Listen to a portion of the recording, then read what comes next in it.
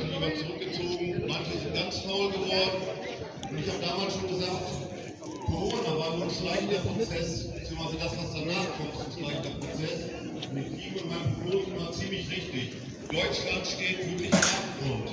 Ich verstehe nicht, wenn wir 85% aller Bürger mit der Bundesregierung unzufrieden sind, das sind über 70 Millionen Leute. Wo sind die?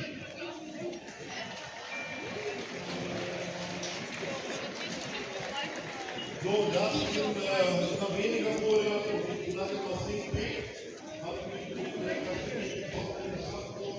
bei der Gesellschaftssteuerung für die Kommunalpolitik und dem Mann, der uns eintrifft. Und ich habe gesagt, Herr Friedrich, wir müssen mal was machen. Ich habe da eine Idee, lasst uns richtig großes Invest machen. Und ja, wir haben das weiterentwickelt und haben dann den Freiheitslauf rausgemacht. Der geht vom 2026 vom Hambacher Schloss, der Liebe